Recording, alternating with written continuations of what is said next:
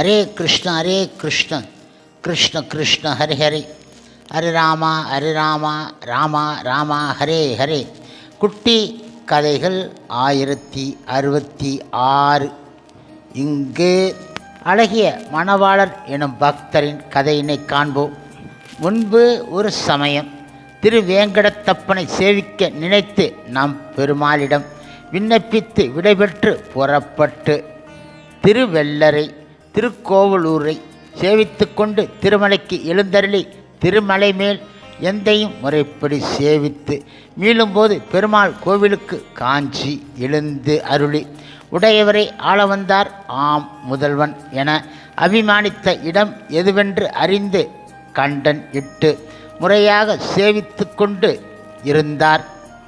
பின்பு பெருந்தேவி தாயாரையும் சேவித்து மேலேறி பேர் அருளாளனையும் சேவித்து அவராலே நம் ராமானுஜனை போன்று ஒருவரை பெற்றோமே என உகந்து கொண்டாட பெற்று அங்கு மற்றும் உண்டான சொன்ன வண்ணம் செய்த பெருமாள் அஷ்ட புஜக கரத்தான் முதலான பெருமாள்களையும் மங்களாசாசனம் செய்து அருளி ஸ்ரீபெரும்புதூருக்கு எழுந்து அருளினார். அந்த ஊரை கண்டதும் அங்கு பாடிக்கொண்டு அந்த ஊருக்குள் நுழைந்து இது என்று அறியோம் யாம் என்று கிடைத்திற்கரிய பேராக அடையும் பொருளின் பெருமையை நினைத்து யுகந்து சன்னதிக்கு உள்ளே புகுந்து உடையவரை சேவித்து சீராரும் எதிராஜர் திருவடிகள் வாளி என மங்களாசாசனம் செய்து ஸ்ரீபாஷ்யம் கேட்டலுக்கு அவர் அனுமதி பெற்று மீண்டும் பெருமாள் கோவிலுக்கு எழுந்து அருளினார். அவர் அங்கே கிடம்பியாச்சான் வம்சத்திலே பிறந்தவரான கிடாம்பி திருமலை நாயனாரை அடைந்து வணங்கி அவரிடம் ஸ்ரீபாஷ்யம் கேட்டுக்கொண்டு சில காலம் வாழ்ந்து வந்தார். ஸ்ரீபாஷ்யம் கேட்டால் முடிந்ததும் உபய வேதாந்த வித்தகராய் வடமொழி தென்மொழி வேதாந்தங்களில் தேர்ந்தவராக மேலும் சில காலம் சொன்ன வண்ணம் செய்த பெருமாள் அடிவாரத்தில் இருந்து கொண்டு அடியார்களுக்கு 2 வேதாந்தங்களையும் அருளிக்கொண்டு இருந்தார். அப்போது அவர் பெருமையை உணர்ந்து பல பெரியோர்கள் யதீந்திர பிரவணர் திருவடிகளை அடைந்தார்கள். இப்படி வாழ்ந்து அங்கு பெருமாள் அனுமதியையும் பேர் அருளாள பெருமாள் அனுமதியை பெற்றுக்கொண்டு பெரிய கோவிலுக்கு ஸ்ரீரங்கத்துக்கு எழுந்து அருளி முன்போல நிர்வாகம் செய்து கொண்டு திருவரங்கன் செல்வத்தை சீரும் சிறப்புமாக வளர்த்து வந்தார் அவர். இப்படியாக இருக்கும் அந்த சமயத்திலே தெற்கே இருந்து வந்த சிலர் பங்காளிகள் சம்பந்தமான தீட்சை பெற்று சொன்னார்கள். அது கேட்டு எல்லா காலங்களிலும் பெருமாளை சேவித்து வாழ்பவரான அழகிய மணவாளர் பெருமாள் சேவை இழக்க வேண்டியது ஆயிற்று என கலங்கி ஆலோசித்து பகவானையும் பாகவதர்களையும் பற்றி கிடப்பவர்களுக்கு மற்ற எல்லாம் பிரதிகூலமாக தோற்றும் ஆகையால் இல்லற வாழ்க்கையை விட்டுவிட்டு சந்நியாச ஆசிரமத்தை துறவரத்தை ஏற்க முடிவு செய்தார் அவர். அதன்படி அக்காலம் கடந்த பிறகு தம் ஆச்சாரியரான திருமலை ஆழ்வாரின் மற்றொரு சிஷ்யரான சடகோப ஜீயரிடம் சென்று துறவரத்தை ஏற்றுக்கொண்டார்.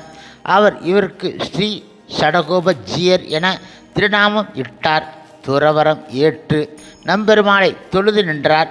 நம்பெருமாள் மிக உகந்து தம் திருநாமமான அவருக்கு முன்பே உள்ளதான பெயரான அழகிய மணவாள ஜீயர் என திருப்பெயரிட்டு உத்தம நம்பி முதலானரை குறித்து இவரை பல்லவராயன் மடத்திலே சகல மரியாதைகளோடு விட்டு வாருங்கோள் என பணிக்க அவர்களும் அப்படியே செய்ய ஜீயரும் மடத்திலே இருந்து கொண்டு சகல காரியங்களையும் நடத்தி வந்தார் அவர். பின்பு அழகிய மணவாள ஜீயர் ராமானுஜ ஜீயர் முதலானரை கொண்டு மடத்தை செப்பனிட்டு காலட்சேப மண்டபத்தை உண்டாக்கி அதற்கு இரகசியம் விளைந்த மண் என பிள்ளை லோகாச்சாரியர் வாழ்ந்த திருமாளியில் இருந்து மண் கொண்டு வந்து மேல் பூச்சு செய்வித்து அந்த மண்டபத்துக்கு திருமலை ஆழ்வார் மண்டபம் என பெயர் வைத்து அந்த இடத்தை குருகுல வாசமாக நினைத்து தம் ஆச்சாரின் திருவடி தாமரை மலர்களின் இடையில் தாம் இருப்பதாக கொண்டு காலட்சேபம் சொல்லி வந்தார். நம் பெருமாளை பிரியாது அவருக்கு நல்லன செய்து கொண்டு மங்களா சாசன ஆபராய் ஆச்சார அனுஷ்டாங்களால் மிகச் சிறப்போடு வாழ்ந்து வந்தார். எல்லோரும் அவரை பெரிய ஜீயர் என வழங்கினார்கள். இப்படிப்பட்ட பெரிய ஜீயரை சுற்றுப்புறங்களிலும் வெகு தூரத்திலும் இருந்த பல பெரியோர்கள் அடைந்து உஜ்ஜீவனம் பெற்றார்கள். இந்நாளில் தொண்டை மண்டலத்தில் பிறந்து கோவிந்ததாசப்பர் என்னும் பெயரை உடைய பட்டர் பிரான் ஜீயர் என்பவர் ஸ்ரீரங்கம் வந்து பெரிய ஜீயரை அடைந்து அவரை பிரியாது நிழல் போல அடிமைகள் செய்து கொண்டு இருந்தார் அவர். பிறகு நம்பெருமாள் ஆணையிட ரங்கராஜரை தமக்கு திரு ஆராதன பெருமாளாக அருள பண்ணி ஆராதித்து கொண்டு ஆச்சாரிய பீடத்துக்கு எடுத்துக்காட்டாக அமைந்து இருந்தார் அவர். பெருமானாராலே ஏற்கப்பட்டவர்களாய் உயர்குலத்திலே பிறந்து ஞானம் முதலியவற்றால் உயர்ந்தவர்களாக உள்ள கந்தாடை அண்ணன் முதலானவர் கனவிலே நம்பெருமாள் தோன்றி பெரிய ஜீயரும் நாமும் வேறு கிடையாது, அதனால் நீங்கள் அவரை அடையுங்கோள் என அவர்களுள் தங்கள் உயர்வையும் பெருமையும் பாராமல் வந்து அழகிய மணவாள ஜீயர் திருவடிகளை அடைந்து முன்பிருந்த பெருமையிலும் அதிக பெருமை அடைந்தார்கள். மேலும் பெரிய ஜீயரின் பெருமைகளை வியந்து பாராட்டி அவர் திருவடிகளை விட்டு பிரியாமல் இருந்தார்கள். இதனால் முன்பே ஆச்சாரியனை அடைந்திருந்தாலும் ஞான வளர்ச்சிக்காக ஞானத்தாலே சிறந்து இருக்கும் பெரியோர்களின் சம்பந்தத்தை பெறுதலாலே தவறு இல்லை என காட்டப்படுகின்றது. இவ்வாறாக அழகிய மணவாள ஜீயருடைய பெருமை திக்கெங்கும் பரவியிருந்த சமயம் கிருஷ்ணநாந்தி என்ற ஏகதண்டி சந்நியாசி ஸ்ரீரங்கத்திற்கு வந்து ஜீயரை தன்னோடு வாதம் செய்ய அழைத்தான். அவனோடு வாதத்துக்கு புறப்பட்டால் பெருமாளின் மங்களா சாசனத்துக்கு இடையூறு உண்டாகிவிடும். முக்கியமான அதை விடுவதற்கு தாம் இசைவில்லை. ஆயினும் தம் மதத்தை நிலைநாட்ட அவனோடு வாதம் செய்வித்தான்.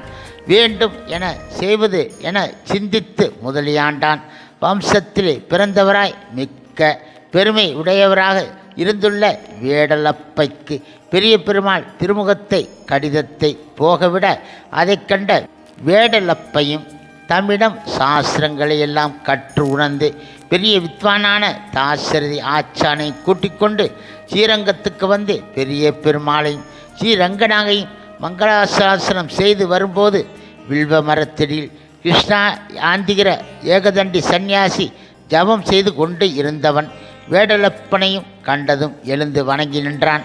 கிருஷ்ணானந்தி சகல சாஸ்திரங்களையும் அவரிடமே கற்று பின் சகவாச தோஷத்தாலே ஏகதண்டியாக மாறினவன் ஆகையால் குரு பக்தியாலே வணங்கி தான் அங்கிருக்கைக்கு காரணத்தை சொன்னான். அது கேட்டு வேடலப்பையும் தாமும் அதற்காகத்தான், அதாவது கிருஷ்ணநாந்தியோடு வாதம் செய்யத்தான் வந்திருப்பதாக சொல்ல அவனும் அவச்சாரப்பட்டேன் என வணங்கினான். பிறகு வேடலப்பையும் அண்ணன் திருமாளியில் தாசரதி ஆச்சானோடு அமிர்து செய்தருளி கிருஷ்ணானந்தி வேண்டிக் கொண்டதினாலே அவனுக்கு சேஷமாக பிரசாதத்தை தந்தருள கிருஷ்ணானந்தியும் பெற்றுக்கொண்டு அவர் அனுமதி கொண்டு ஸ்ரீரங்கத்தை விட்டுவிட்டு போய்விட்டான் அவன். பிறகு வேடலப்பையும் தாசரதி ஆச்சானை கூட்டிக் கொண்டு அண்ணன் பெரிய ஜீயர் மடத்துக்கு எழுந்தருளி தண்டன் சமர்ப்பித்து கிருஷ்ணானந்தி ஓடிவிட்ட செய்தியை தெரிவித்தார்.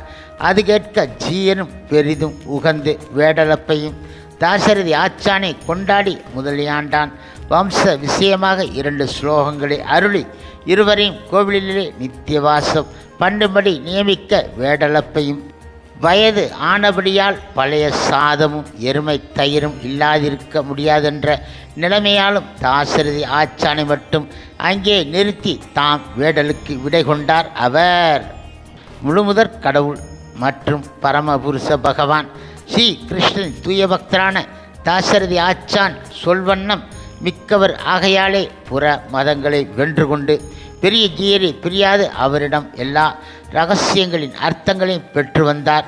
சிறிது காலம் கடந்ததும் தாசரதி ஆச்சானை விழித்து, ஆச்சான் நெடுநாளாயிற்று, அண்ணாவை சேவித்து வர வேண்டாமோ, என்ன நியமனப்படி செய்கின்றேன் என்று பதில் கூற ஜீயரும் உகந்து திரு ஆராதனம் கண்டருளும் ஸ்ரீரங்கராஜ விக்கிரகத்தை நாச்சியார் உடனே எழுந்தருள பண்ணி கொடுத்து விடை கொடுத்து அனுப்பினார் அவர்.